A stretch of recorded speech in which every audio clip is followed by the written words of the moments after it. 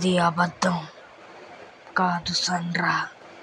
ఏడుంటే ఏందే బార్డర్ దాటేదానికి సిద్ధంగా ఉండదే.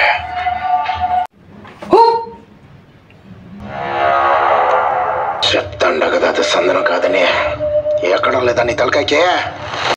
అది సందనం అయితే నాకు పైసా వాటా అక్కర్లే.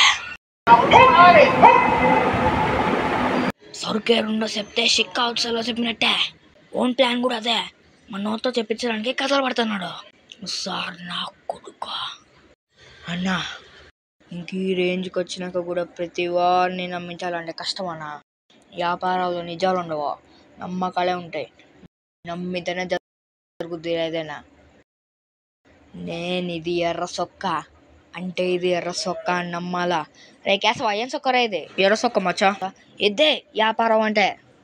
జక్కారెడ్డి అన్న, నేను నమ్మే నేను సరికేయడం చూపిస్తా, కానీ ఒక్కడికే చూపిస్తా.